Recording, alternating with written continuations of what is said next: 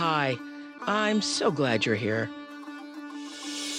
The Covenant of Water is truly one of the most gripping, exquisite novels I have ever read, and I've been reading since I was 3. It's my 101st book club pick. I'm so enthralled with this epic story. I think of it as a modern masterpiece. And now I'm excited for you to hear our captivating conversation with the brilliantly talented author, Dr. Abraham Verghese. What an honor to be with you. On this 6-part podcast, we're diving into all 10 parts of the Covenant of Water. That is the best Bye Felicia moment I ever read. We'll also hear from readers like you. What was the hard truth that you hope to convey in writing this book? Oh, thank you for that very thoughtful question. Come along with me on a soulful, extraordinary journey through adventure, family secrets, medical mysteries, romance, and finally, the shimmering resilience of the human spirit. This is the Covenant of Water, the podcast. Hello, everybody. It is great to be here with you for our book club readers and Super Soul podcast listeners. This is the final episode of our series on the Covenant of Water. Say it with me, the Covenant of Water. And I have just adored this opportunity to be with you all and in conversation with the wise Abraham Verghese, the wise and wonderful Abraham Verghese. We're talking about parts 9 and 10 of the book, and the jaw-dropping, can I say jaw-dropping, stunning conclusion of the Covenant of Water. As always, we're going to have some reader questions, so let's jump right in. I have to tell you, knowing that it's our last episode, I reread the book today, and reread book, not today. I reread the final 100 pages today. I'd been rereading it all week, and I was so emotional. And even now, coming to the end of this podcast series, I feel very emotional. It's like, it's been an incredible journey for me, and I am so proud to have gotten to know you and your ability to put these words on a page and create this narrative that has opened our hearts and moved us to, because I will be forever changed. I will be forever changed after reading this book. It's incredible to hear you say that, and I am sad that we're come to the end. This has been such a glorious series of discussions, and I'm learning about my book through your reaction. No, I really am. So happy to help you learn about your book. So everybody, as you know, part 9 begins with Japan's management of Parambil.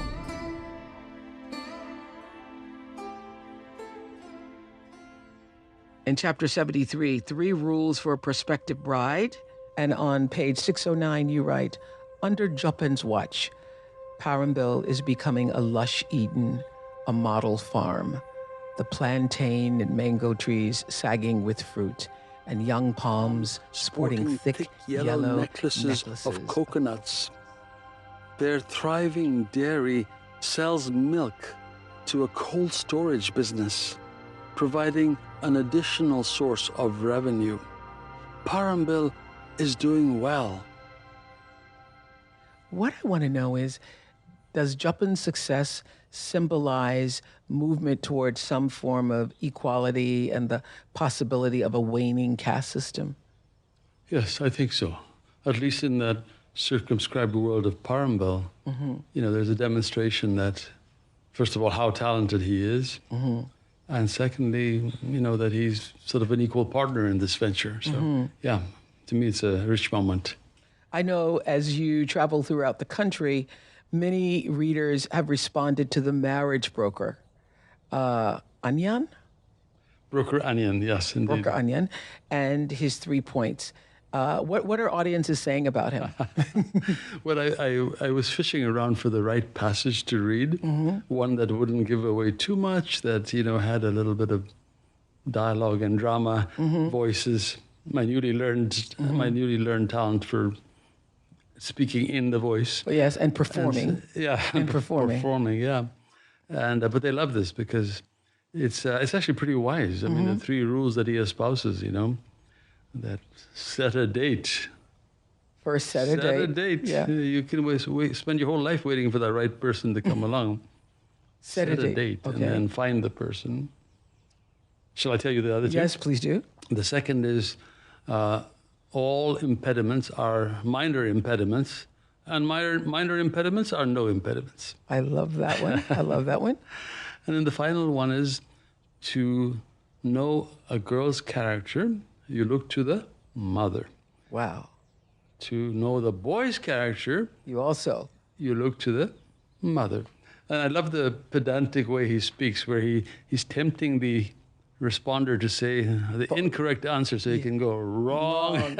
Yes. Which was actually a favorite style of medical school professors in India, was this sort of questioning and then jumping on you to make the point that you were wrong. Well, and people are enjoying your performances. I think so. They're a bit surprised. I'm a bit surprised. Yes. Prior to doing the audiobook, I would have just read it. Lillian has a question about a passage. Lillian? Hi. My name is Lillian, and I love Oprah's perspective, and I'm sure that of her greatest teachers, that life is a classroom. And this book was a tremendous class for me. There's one particular line I really love to hear you kind of expand more on the lesson that you want your readers to take away from it. And I'll read it so I make sure I get it right. And it's repeated several times throughout the book. Most impediments are minor impediments, and minor impediments are no impediment. Please expand for us. We love that too, Lillian. We love that too. Well, first of all, I must say, thank you for that question, but I'm really not trying to hammer Offer any some lesson into a reader, Okay. If I've learned one thing, in our multiple podcasts discussing the covenant of water, it is that you did not start out with an intention of teaching us anything. You were just doing what great authors do, trying to tell a great story well. A great story well told. Yeah. I should tattoo that somewhere on myself if I ever get a tattoo. That's the principle. But, on the other hand, I don't, if it still serves the story, I'm happy to throw in things like Broker Onion and his lessons, which are a form of instruction, but they're... When you're thinking about it, I don't know, does this happen at a writer's workshop or when you're learning how to write a novel, that there has to be a balance of humor and there has to be, some funny people and obviously some serious people and some characters that you like and don't like? Not when I attended the Iowa Writers' Workshop. There was just the story in front of you that you were all discussing, and the person whose story was up kept quiet. They were like a fly on the wall. But it was all about that moment when the fictional dream broke down because of something clumsy you did. So it was really not about, this is the formula, or, we never talked about agents or publishers. It was all about the words on the page. All about the words on the page. So after Mariama reads her father's journals, she goes to her mother's sculpture and speaks to it, and she has this epiphany on page 627. Will you read? I'd be happy to. Just letting people know that Appa is father and Amma means mother. Yes. The condition? It's just life, isn't it, Amma? She says, speaking to the stone woman. Maybe I'm not looking to solve the mystery of the condition or the mystery of why I'm on this earth. Mystery is the nature of life. I am the condition. Maybe it isn't the workings of Appa's mind that I'm after, the clues to an inherited disease. I think, Amma, that it's really you I'm looking for. We love that. I think here I was foreshadowing, signaling to the reader, or just entertaining myself to say, this is setting you up because the mother's coming back. She's looking for her and she's about to show up. I hope I didn't give that away too much. No, it's fine because we're here. This is what we're talking about. This is where we are. Yeah. This is where we are. Well, no, you didn't foreshadow with that for me, because that is the last thing I expected. Yeah. I would have to say, and I've been saying all along, readers, and I know many of you agree with me because I've been reading your comments, that whatever you think is going to happen, it's not going to happen. And that's a really good thing here. Louisa has a question about a quote from Section 9. Louisa? Hi, my name is Louisa. I finished the book about 2 weeks ago, and it has just been stuck in my brain. I can't get it out. So many amazing quotes and moments, but there's a quote in chapter 73, and it says, "Looks change, but character does not." And I'm wondering if this is something that was told to you, because it's something I have a feeling I'm going to mention to my children, because I think it's such an important thing to teach others. Well, thank you so much for that question. I think I've always been fascinated by the arranged marriage system, partly because it was the rule pretty much when I was growing up. Certainly for my parents it was. And this was a truism you often heard, that character was more important than looks, and more important than any accomplishment was, what was the girl's character, the boy's character, what was the parents' character. So, I felt it was sort of a trite, superficial thing to be asking. But, as you get older, You recognize you realize it's that is true. pretty profound thing. It's just that you were not mature enough to understand what that meant at the time that you heard it. Well, there's a scene after Lennon has brain surgery, you all know this one, where Mariama is overcome with grief. And you write, to Mariama's surprise, a nurse comes and sits beside her and prays aloud. Faith at this institution is concrete, not abstract, is what is so amazing. And after her father's death, she turned her back on religion, but then having lost faith, she closes her eyes while there and the nurse prays. And she realizes that it's okay because Lennon needs all the help that he can get. I imagine you've seen a lot of conflicted people wrestle with their faith in hospitals. True? I have. I think we all, at different times, are conflicted and wrestle with our faith. And the nature of faith is the absence of certainty, and you still believe. But I also wanted to pay tribute to this particular institution, which is real, the Christian Medical College, just a remarkable place where people work hard, do great work, and they do it because they have a mission. They have a common intention, and that is to serve the ill. It's not about money and reputation, and so it's just kind of a magical place. I didn't graduate from there, but I had a chance to visit, and I remember especially being struck by this picture on the wall of an operating room and surgeons, working away, but Christ in the background, It just seemed a remarkable thing for a hospital where, these days we're much more trying to be more nuanced and not offend anybody. Not that I'm, trumpeting this, but it just seemed like a very clearly intentioned ministering to the person in front of you. Well, after Lennon undergoes brain surgery, Mariama changes his soiled sheets, giving him a bed bath. I love Mariama in that moment. On page 651, she asks, shouldn't every physician learn this? Isn't this what medicine is really about? Is she expressing the ideal that you have or believe that physicians should strive for?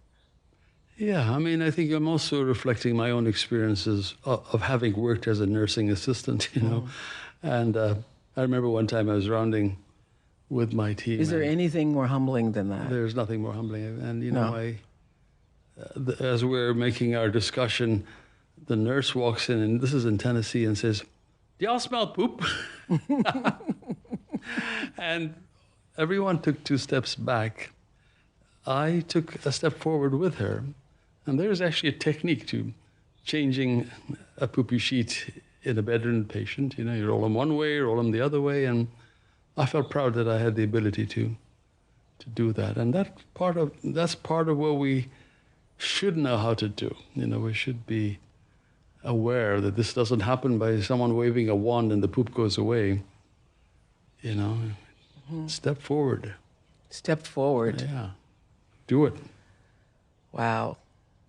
That says a lot about who you are, Abraham. No, it says a lot about being humbled by working alongside these folks. And, that's the job I did. Well, you step forward, some other folks step back.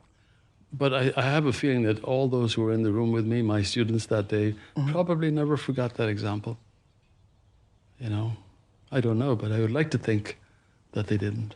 That you step forward. That I stepped forward. The nurse stepped forward Well, together. that's such a metaphor for stepping forward when things get messy, when the things are at their messiest. And I did it with skill. She and I knew exactly how to do it and get the poopy diaper out of there, cleaned up, and tuck the new sheet under him while he's rolled to one side, roll him to this side, pull the sheet out the other way, make hospital corners, and we're done. Wow. So here we are. Here's the moment. Shocker. Late one night, Mariama is studying her father's journals. Y'all were as stunned as I was. And in this really knockout revelation, she learns that her beloved father, Philippos, all this time, was not her biological father. This was such a shocker. Didn't you all think? When did you know that this is how you wanted the story to go? Well, so this is a very technical moment because clearly Mariama needs to get this information. Clearly she needs to confront her real father. But how do we get this information to her? Do we get it to her in life while her father's alive? Do we get it after he died? If so, how? Yeah. And so at one level, someone could criticize me and say, well, that was a half-assed move. You had her read his diary and find out. But honestly, I tried other ways. And finally, given that he was such an inveterate journal writer, kind of like I am, I mean, there's very little that goes by that I'm not writing about solely for myself. Not a soul sees it but me. And so if you look at those things, you're looking at the insides of my mind, my darkest thoughts, my happiest thoughts, my lascivious thoughts, whatever thoughts I have are there. So she stumbles onto that, and it's no surprise that it would be in there, but buried somewhere, buried.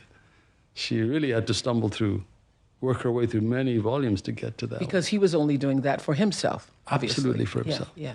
And he was so conflicted that to put the words on the page were something that he'd written around it. He never wrote those words until that moment of her birthday.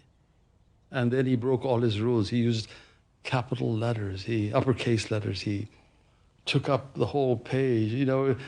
Visually, she knew something had happened that day. And I'd like to think it works. I hope readers think it works. I hope you think it works. But that was a way to convey what she needed to know now. For all these, I tossed all these balls up in the air. Now all the threads have to connect. Stopped me in my tracks. I went, what? And I know you all did too. I mean, you're just like, okay, well then, that was worth the time and all the effort. And the many a times you picked up the book and put down the book. That was worth it, getting to that part. Let's head to part 10, the unforgettable ending of The Covenant of Water.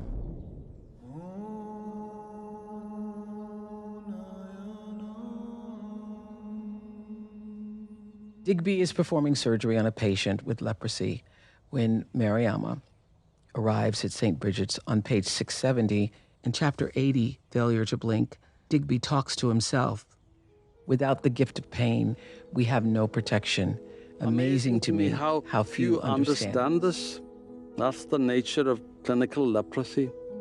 Not many physicians want to study it. So explain why pain is the touchstone to spiritual growth, if you can. Yeah, I mean, this is pain working at many different levels. But as a medical student, it was always surprising to me to discover for the first time that the reason leprosy causes these horrible deformities is not because the bacteria is chewing away at flesh, but very simply because you don't feel your limbs. And so, you're traumatizing it without even knowing it. And this is a true anecdote of Paul Brand, a very famous hand surgeon, driving past, his lepers were huddled in a group, and one of them was trying to turn a roti or chapati over and was frustrated by the tongs and then reached into the fire and just flipped it over, something you and I could never do. So the absence of pain is really the root cause of all their suffering. Had they had the gift of pain, it would never have happened. In fact, the name of his biography is, his memoir is The Gift of Pain, because it really is a gift. And I think on a metaphorical level, you know, coming back to my experience as a nursing assistant, which then seemed like a hardship, a hard life, and, you know, I was envious of the doctors who came and went. But, you know, that pain made me who I am as a physician, I would like to think. It gave me my sense of strong solidarity with my colleagues in nursing, which to this day, I would like to think make us as a team take better care of the patients than if I wasn't feeling that sense of solidarity. So, but at, you know, at so many levels in my life, your readers' lives, pain is the thing that shapes us, and it's a gift in its own way. You might not see it that way at the time. Most of us don't. Most of us don't. Yeah. In a novel full of so many emotional and heart-stopping moments, this next one, I think, just froze us all in our tracks. I don't know about you all, but I had to put the book down for a moment and give myself a few breaths. Mariama, this is the moment when Mariama and Digby are in his office, and they're watching a woman with leprosy through the window on page 672. Can you read that aloud for us? I can. Page 672. The view hasn't changed. The lawn outside is brilliant, like spilled green paint. In its center, clad in pure white, the unblinking woman still sits, sorting the millet. Mariama, the woman there in the sun, she's probably the greatest Indian artist alive. She's the love of my life, the reason I've spent 25 years at St. Bridget's. Mariama, that is Elsie, your mother. I hate to keep saying, when did you know? But that revelation, when was that a revelation to you? Again, much later than readers would assume. Yeah. I had Digby and Elsie getting together, and then at some point it came to me, you know, all this investment in leprosy, and it made perfect sense. Digby had been there, he had worked there, and you know, it's a cruel thing to subject the lovely Elsie to this gifted artist. Yes. But once I saw the first hint of this coming together, then of course, you know, it might have been 1 or 2 or 3 years before I finished the book. Once I saw that, then it's a matter of really working to make sure, A, that nobody sees it coming, and B, that it feels truthful when it does happen. It was so stunning, but also felt so truthful. And also, as I've been saying all along, nothing we would have ever imagined. And the fact that we then learn that there were times where she had gone to watch in silence her daughter from afar. That's why I was thinking, when she was coming out of the convention, Mariama was coming out of that convention with Big Amachi, that perhaps maybe one of the people who was standing out there was as one of the, you know, Absolutely. beggars with leprosy would have been her mother. And I'm so glad you didn't, you know, foreshadow that, because it was stunning. It was really, you have to put the book down and go take a breath. And that's when I said, who is this man, Abraham Verghese? Who is this guy? Really? Oh. Really? You know, I mean, I wonder where some of these things came from. You know, I wish I could say I was just this clever guy who saw all this and put it together like a puzzle. One of our readers, Shea, has a question about the many love relationships in the book. Shea? Hi, my name is Shea. I am an educator as well as a dating coach over at Dating for Educators. So naturally, the many relationships throughout this book deeply intrigued me, from Big Amachi's marriage at 12 years old to Digby and Celeste's affair, Elsie and Philippo's being married, and then Elsie pairing up with Digby later down the line, and all of the relationships in between. And so my question sort of falls within the same light. Dr. Verghese, what would you say that readers can learn about love, romance, and passion from your work, The Covenant of Water? You know, I mean, I love that you credit me with, you know, some kind of authority to speak about those things. You know, I think all It feels I'm like you have authority with all of these great relationships. well, I think I'm describing some very dysfunctional, strange relationships. You know, a tortured marriage that leads to a wife fleeing, and then, you know, a beautiful relationship between Digby and Elsie at the end. But you know, I don't have an agenda. I think I'm a incurable romantic. I think romantic love is beautiful. It lifts us. It has this energy that, you know, just sort of carries you into the air. It's magnetic. And, yeah, it's magnetic, and it also can drop you like a rock, you know. So that's life. Life is like full of these things. Or you discover, as Digby did, that when you find your great love, your moment is already gone. That, you know, it's not going to be what you thought it was, because it already, you know, your true love is telling you the story about their body and their illness, and you have to transcend that and love the soul, you know. So, but I'm not preaching. I really am not preaching. I wouldn't presume to do that. I'm hoping that I make echoes in you of all your experiences, that I bring you to thinking about what you've been through. I'm certainly not advocating some sort of truth or truism. But it's so interesting because you do it so graciously and profoundly that it feels like you're speaking to us about that this is more than just a story of these characters, but that you're talking to us about life.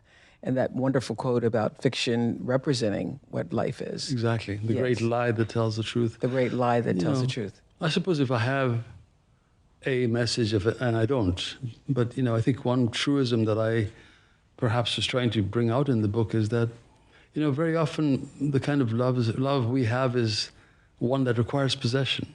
Yes. Or it's a love that's conditional, and the moment conditions change, then, you know. So Digby's love is not conditional. He marries a beautiful woman who he knows, because of his medical training, is not going to stay beautiful.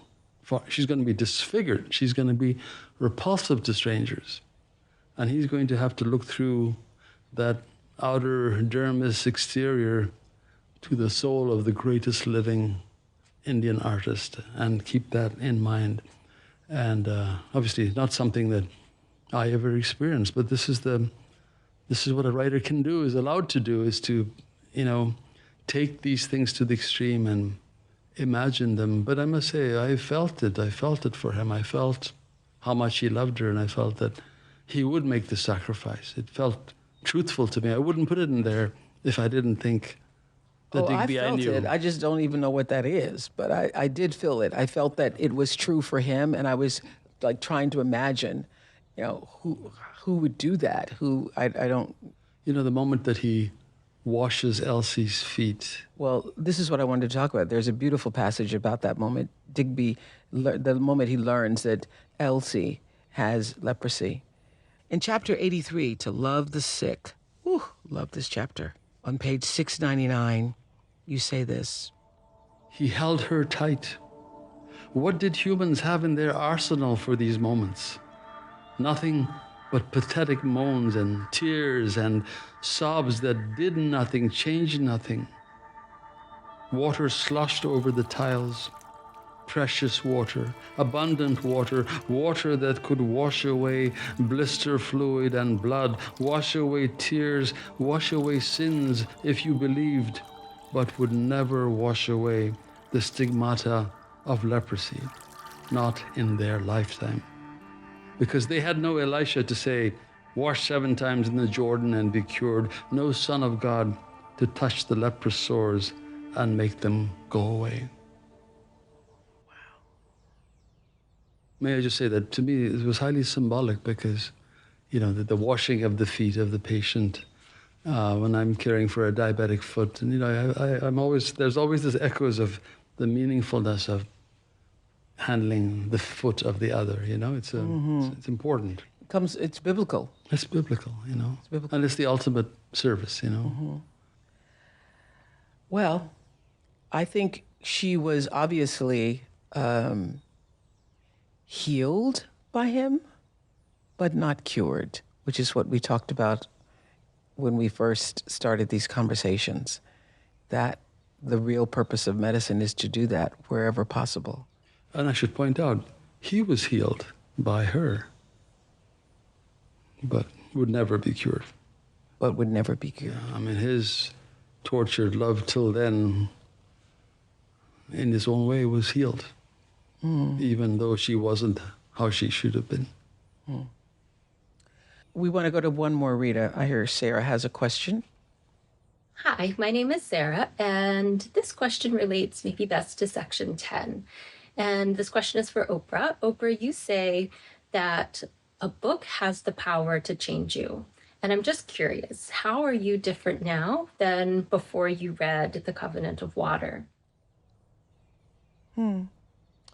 Well, there's a beautiful gospel song that speaks to a change has come over me. And I love that song because when I had the Legends Ball here on my property in 2005, many gospel singers, R&B singers, Gladys Knight, Dionne Warwick, were all on the lawn singing that a change has come over me.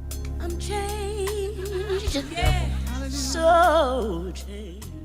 And I have had that song going in my head because I feel that this is one of those books or experiences that has forever altered the way I see myself and the way I see life, actually.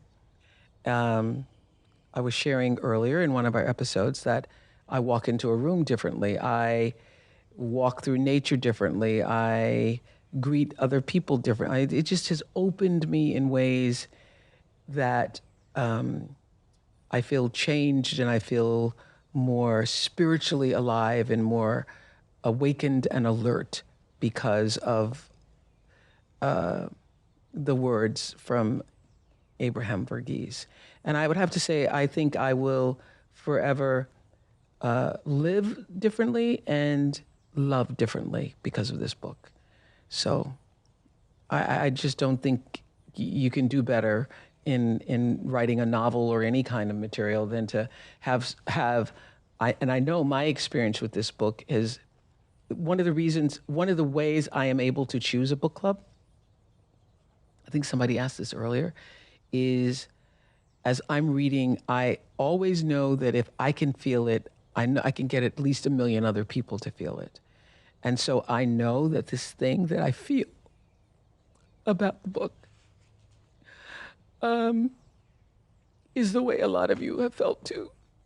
And I just want to thank you for taking this journey with us and for being a part of this Covenant of Water experience. And I thank you for the question. And I'm going to ask you the same question. How are you different?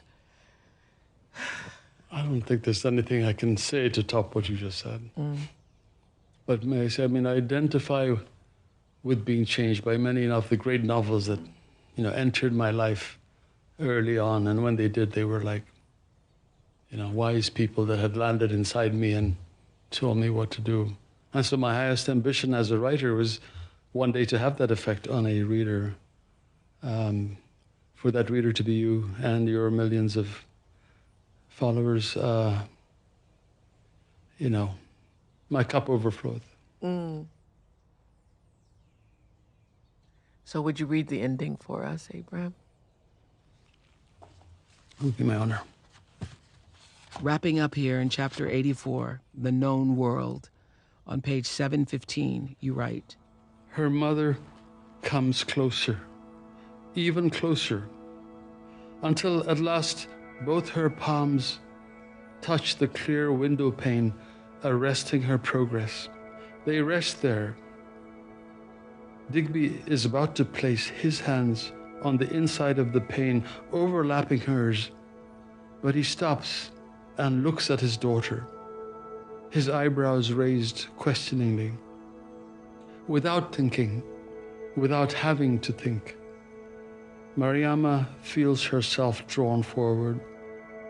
She puts both her palms on the glass pane, pressing and overlapping her mother's hands so that at that moment, all is one and nothing separates their two worlds. Thank you. It's a joyful moment. I shouldn't be in tears. I'm in tears of joy. Tears of joy. I mean, that is the ending of all endings. And I just want to say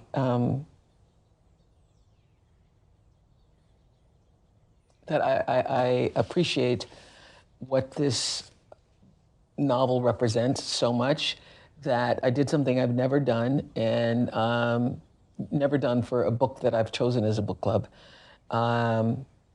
Me and my Harpo team, we got the rights to this book because one of the things that I said to you when I first called to tell you about choosing it as a book club is that I think that this story should come to life, on film somehow. And I really felt in my spirit that I should be the steward of that somehow. And so I'm pleased to tell you all that we begin the process whenever the writer's strike is over, and start to find someone who can take what you have done here and begin to adapt it for screen. So I thank you for that. I'm so honored. Yeah. Thank you. And so I have so much gratitude to all of our readers for your really thoughtful questions, and for actually going on this journey with us. It feels like, I know the first time I read it, I felt like I had been to Kerala. I felt like I had been in the boat with her when she was leaving her house for the first time, Bigamachi. I felt like I was experiencing it. I felt like this wasn't just snapshots of people's lives, but as you all have expressed, it was like a facsimile of life. It was like stepping into someone's life. So I thank you for that. And I just say, God bless you. God bless you for being the human that you are, for the time that you gave to us here, and for what is, I often think that when you do something and it benefits the world, that it is an offering to the world. And that's what you did. You worked for 14 years, many times not even knowing what the outcome would be, and, having your own dark moments and going through what human beings go through and maintaining your day job, but you stayed the course. And what you have given us is not just an offering, but a true gift. The covenant of water. Thanks, everybody.